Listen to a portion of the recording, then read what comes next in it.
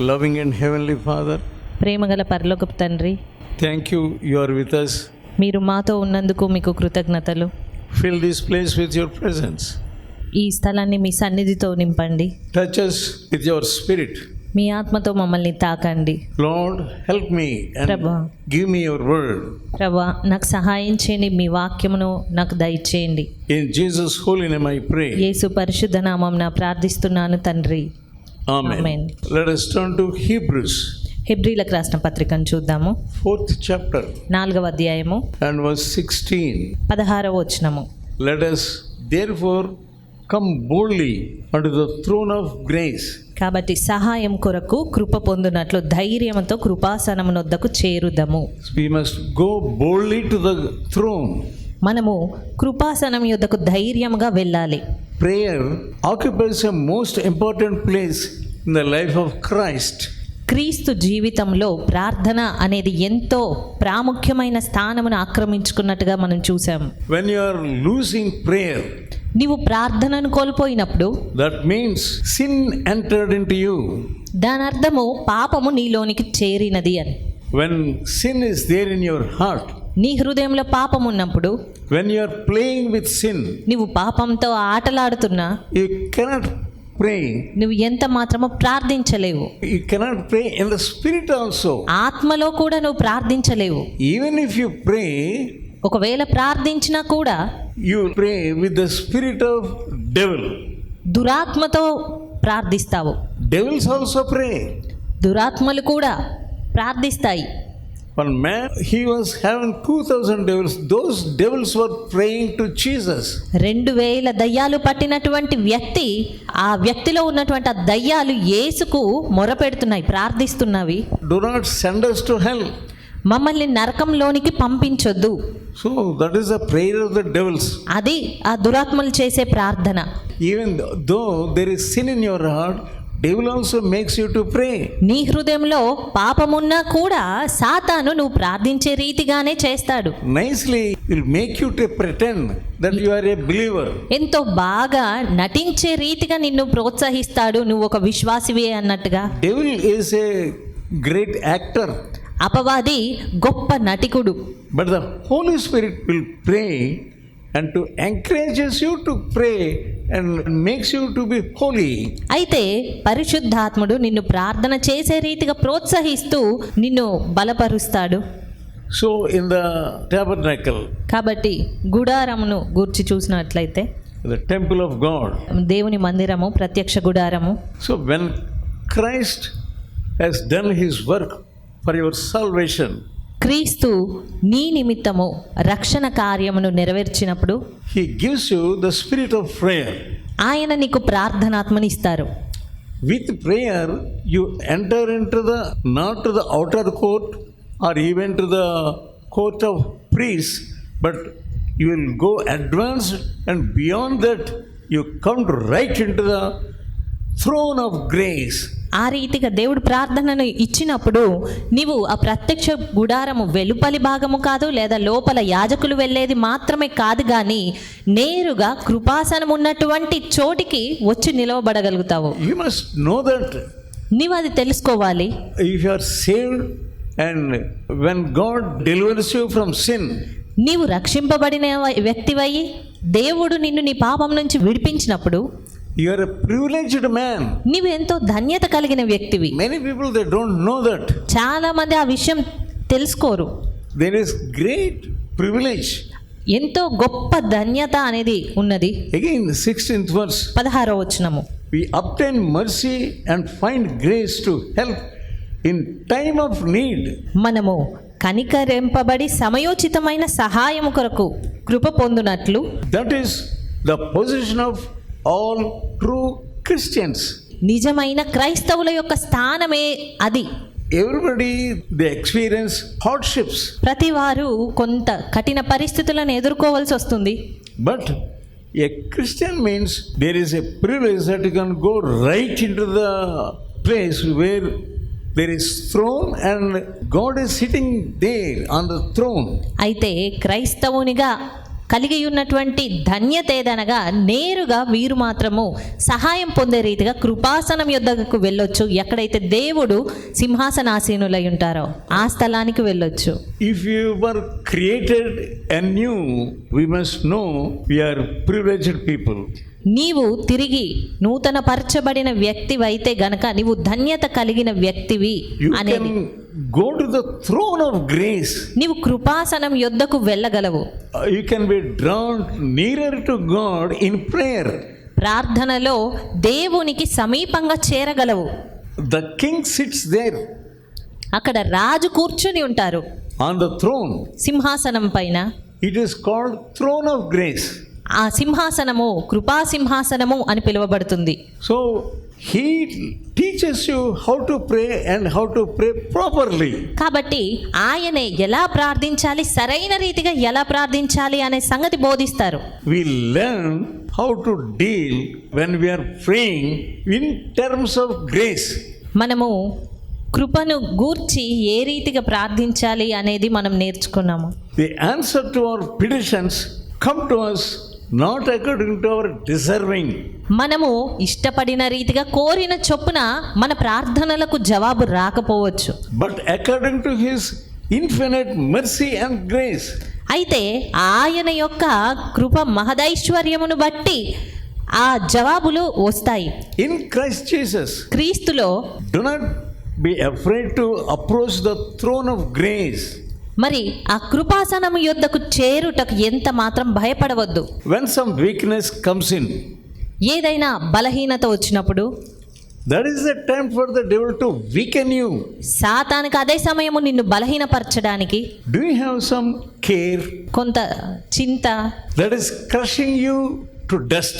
ఆ చింత మరి నిన్ను పూర్తిగా దిగజార్చి లేదా ధూళికి సమానంగా చేసే పరిస్థితికి తీసుకొస్తుంది. You can come and leave that care at the throne. అలాంటప్పుడు కృపాసనం యొద్దకు వచ్చి ఆ చింతను మనం అక్కడ విడిచిపెట్టవచ్చు. That is the mercy seat. అది కృపాసనము. Come and tell God all your things about everything. వచ్చి దేవుని ఎదుట సమస్తమును గూర్చి చెప్పుకోగలగాలి. Cast all your cares upon him, నీ భారమంతటిని కూడా ఆయన పైన మోపాలి. for he cares for you. ఎందుకంటే ఆయన నీ నిమిత్తం చింతిస్తున్నారు. Shall we turn to 1 Peter 5th chapter and 5వ 7th అధ్యాయం. verse? మొదటి పేతురు 5వ అధ్యాయం 7వ వచనము. Casting all your care upon him, for he careth for you. ఆయన మిమ్మును గూర్చి చింతించుచున్నాడు గనక మీ చింత యావతో ఆయన మీద వేయుడి. If you are a believer, నీవు విశ్వాసివైతే you must know that God is your father. మరి దేవుడు నీ తండ్రి అన్న సంగతి నువ్వు తెలుసుకోవాలి. You can speak to him boldly. నీవు ఆయనతో ధైర్యంగా మాట్లాడగలగాలి. That is the relationship between son and father. అది ఒక తండ్రికి కుమారునికి ఉండేటువంటి సంబంధము. You will have more confidence అప్పుడు in him. ఆయనలో మరి ఎక్కువ నమ్మకం అనేది నువ్వు కలిగి ఉంటావు. God sometimes makes us to wait when we take anything to his presence. He makes us to wait. ప్రభు కొన్ని మార్లు ఆయన సన్నిధికి మనం ఏ విషయమైనా తీసుకెళ్తున్నప్పుడు కొన్ని మార్లు వేచి ఉండమని చెప్తూ ఉంటారు. That time also the devil takes hold of you. అప్పుడు కూడా సాతాను నిన్ను పట్టుకుంటాడు. At the time of waiting, ఆ వేచి ఉండేటువంటి సమయంలో you lose your patience. నీవు నీ సహనాన్ని కోల్పోతావు. Then with your mouth you speak many things. అప్పుడు నీ నాలుకతో నువ్వు ఎన్నో విషయాలు మాట్లాడతావు. No, you must be very careful when God is asking you to wait. అది కాదు, దేవుడు వేచి ఉండమన్నప్పుడు నువ్వు ఎంతో జాగ్రత్తగా ఉండాలి. Waiting is a most important thing. కనిపెట్టుట అనేది అది ఎంతో ప్రాముఖ్యమైనటువంటి విషయం. He wants to bless you. ఆయన నిన్ను ఆశీర్వదించాలి అనుకుంటున్నారు. Before receiving the blessing, ఆశీర్వాదం పొందుకొనక మునుపు there is the period of waiting. ఒక వేచి ఉండేటువంటి సమయం అనేది ఉంటుంది. Many people, they don't know how to wait. అయితే చాలా మందికి ఎలాగా కనిపెట్టుకోవాలనే సంగతి తెలియదు. They are struggling. వారు ఎంతో ఇబ్బంది పడుతూ ఉంటారు, శ్రమ పడుతూ ఉంటారు.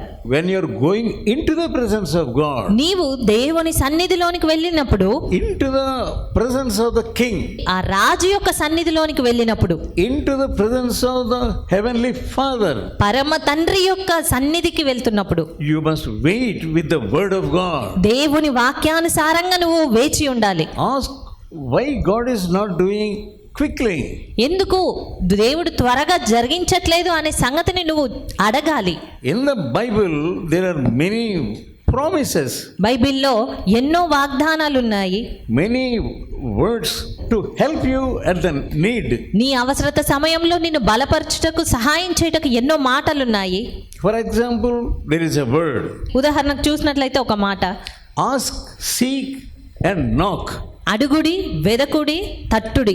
If you are asking, not getting any answer, ఒకవేళ నీవు అడిగి ఏ జవాబు పొందుకొననట్టయితే then click on to seeking. అప్పుడు వెదుకుట అనే దాని మీదకి వెళ్ళాలి నువ్వు. Even that also you are not getting answer, ఒకవేళ అది చేసినా నువ్వు జవాబు పొందుకొననట్టయితే you click on to knocking. తట్టుటకు నువ్వు వెళ్ళాలి.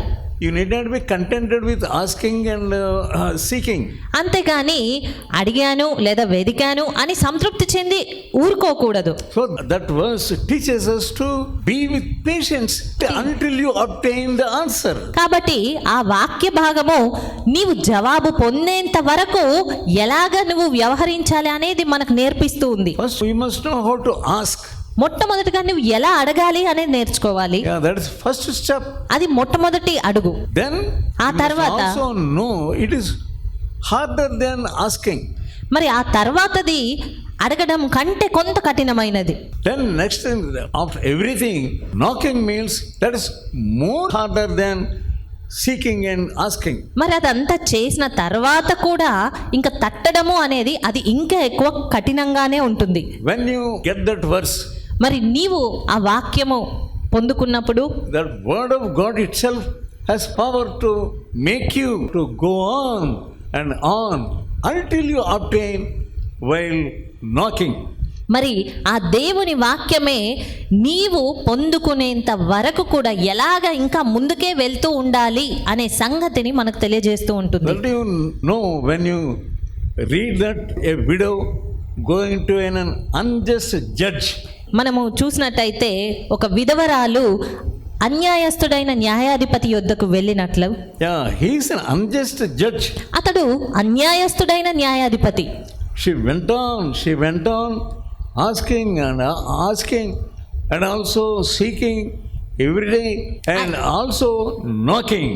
అయితే ఆ విధవరాలు న్యాయం తీర్చుట కొరకు ప్రతిదినము వెళ్తుంది, అడుగుతూనే ఉంది, వెతుకుతూనే ఉంది.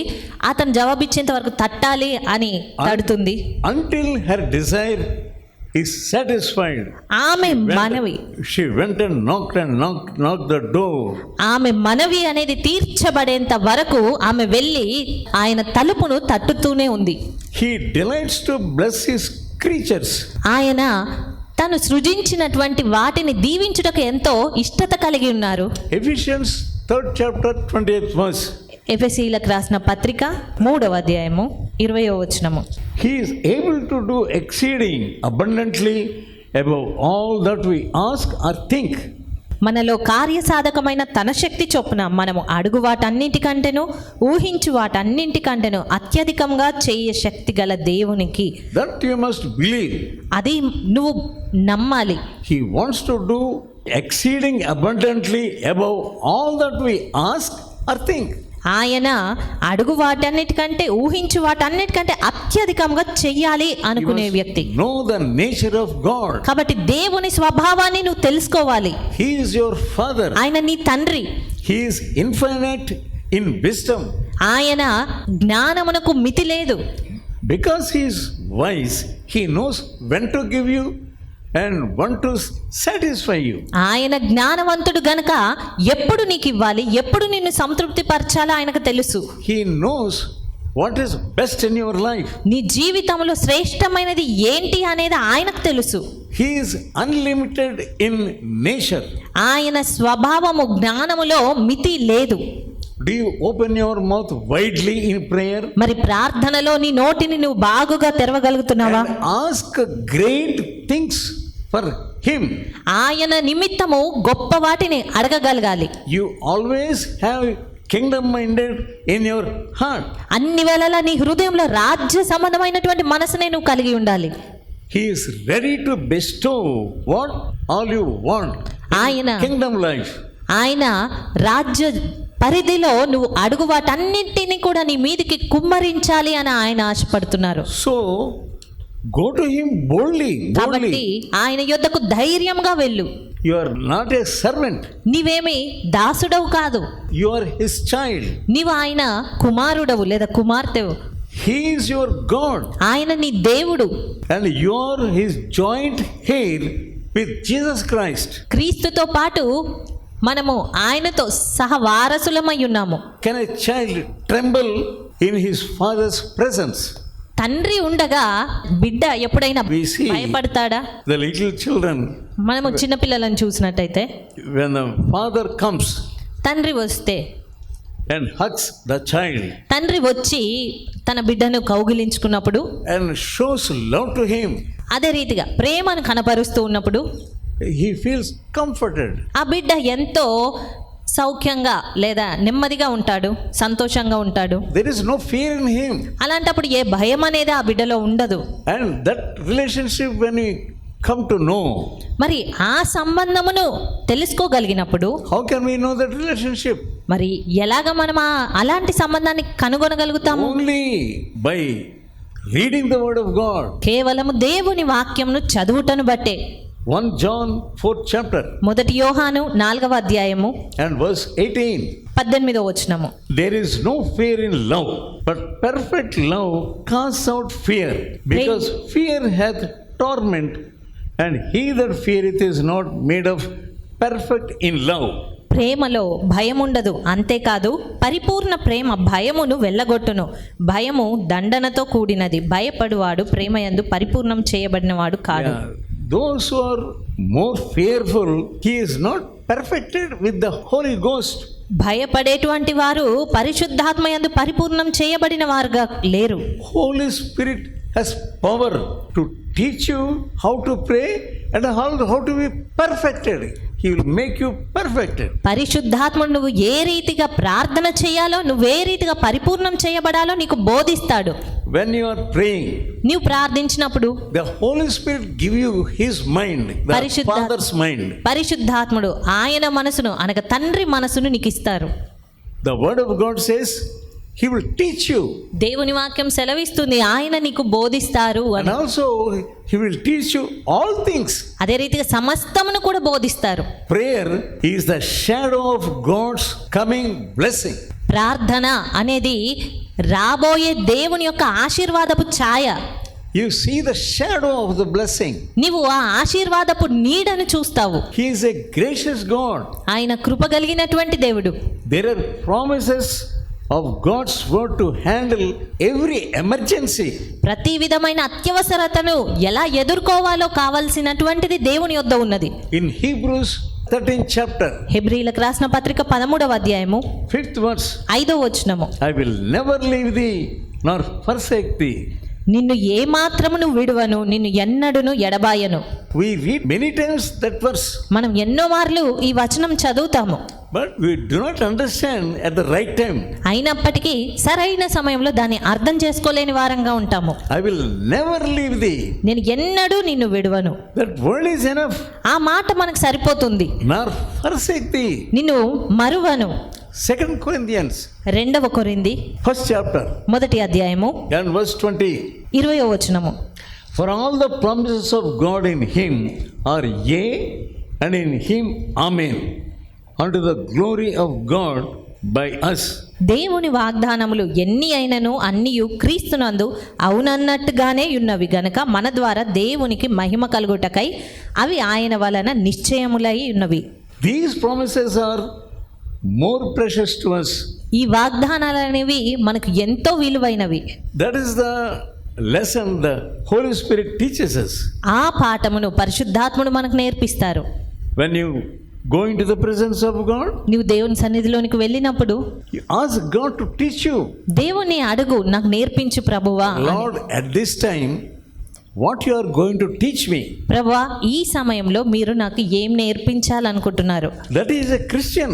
అది ఒక క్రైస్తవుడు అంటే. If you don't have that experience of waiting in the presence of God and asking Him to teach you, అలాంటి అనుభవము కనిపెట్టుట, ఆయన నేర్పించుట, అప్పుడు నేర్చుకోవడం అనే అనుభవం లేకపోతే yeah, you'll be perturbed at any time.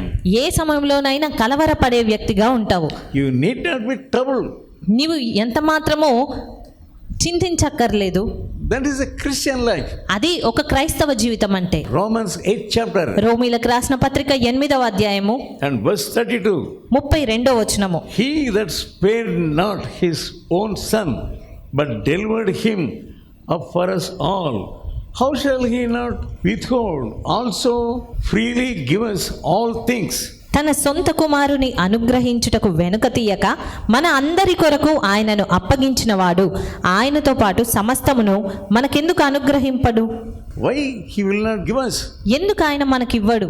How he will not do for us? ఎందుకు ఆయన మనకు చెయ్యలేరు? We are not his enemies. మనమేమి ఆయనకు విరోధులం కాము.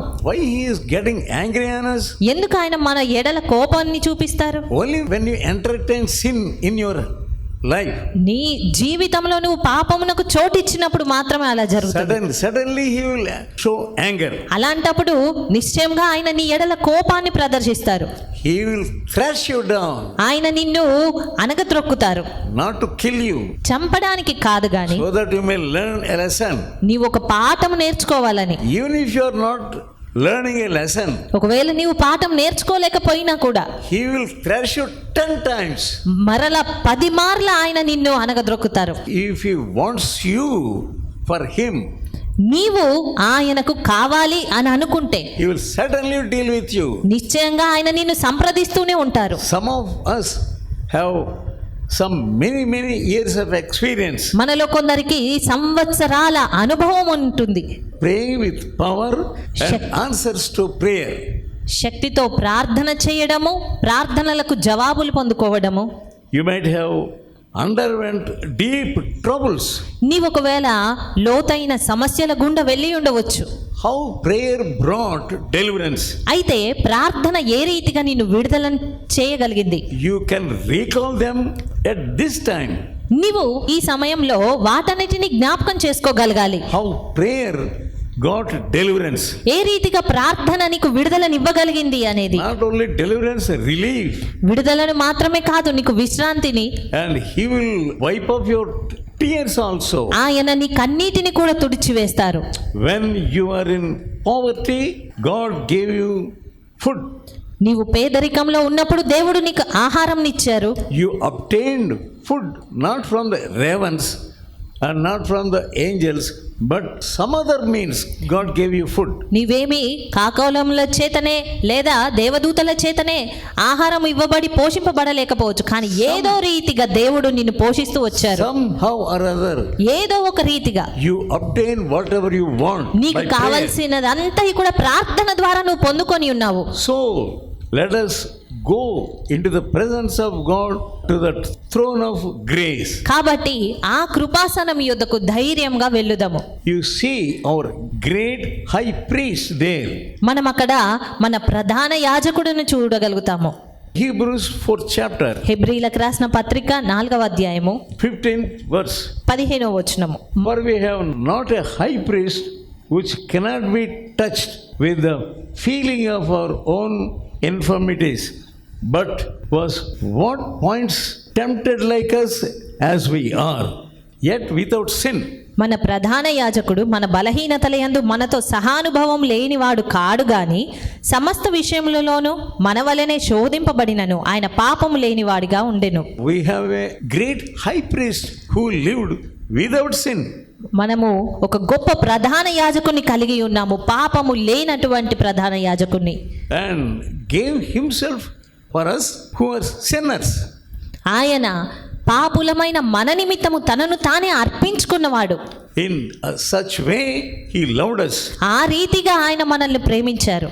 So let us go therefore boldly unto the throne of grace and find grace.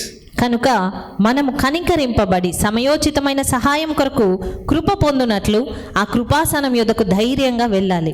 That grace helps us in time of need. ఆ కృప మన అవసరత సమయంలో మనకు సహాయం చేయగలుగుతుంది. We have to come with boldness to the throne. మనము ధైర్యముతో కృపాసనం యొద్దకు రావాలి. Because our high priest is there pleading for us. ఎందుకంటే అక్కడ మన ప్రధాన యాజకుడు మన నిమిత్తమై విజ్ఞాపన చేస్తూ ఉన్నారు. Who is able, who is also God, to whom every petition raised by those who trust in him is very precious thing. ఆయన అవసరత కలిగి ఆయన యొద్దకు వచ్చే వారి ప్రతి మనవిని కూడా ఆయన అక్కడ చేస్తూ ఉన్నారు. He is great representative before the throne. ఆ సింహాసనం ఎదుట మన పక్షముగా మన నిమిత్తము ఉన్నవారు ఆయన. He is before his father. ఆయన తన తండ్రి ఎదుట ఉన్నారు. He is God's own dear son. ఆయన తండ్రి యొక్క అద్వితీయ కుమారుడు. He is a glorious mediator. మహిమ కలిగినటువంటి మధ్యవర్తి ఆయన. Continually presents for your sake in his father's presence. నిరంతరము తండ్రి సన్నిధిలో నీ నిమిత్తము వేడుకునేవారు ఆయన. He is great sacrifice for us. ఆయన మన నిమిత్తమైన గొప్ప త్యాగమై ఉన్నారు. 1 Corinthians 1 కొరింథీ 3rd chapter. 3వ అధ్యాయము. Ye are Christ and Christ is God's. 23 మీరు క్రీస్తు వారు, క్రీస్తు దేవుని వాడు. You must know you belong to Christ. మీరు క్రీస్తు వారు అన్న సంగతి మీరు తెలుసుకోవాలి. You must also know Christ is God's. అదే రీతిగా క్రీస్తు దేవుని వాడు అని కూడా తెలుసుకోవాలి. So with boldness pray. కాబట్టి ధైర్యముతో ప్రార్థించు. Let us pray. ప్రార్థించుకుందాము.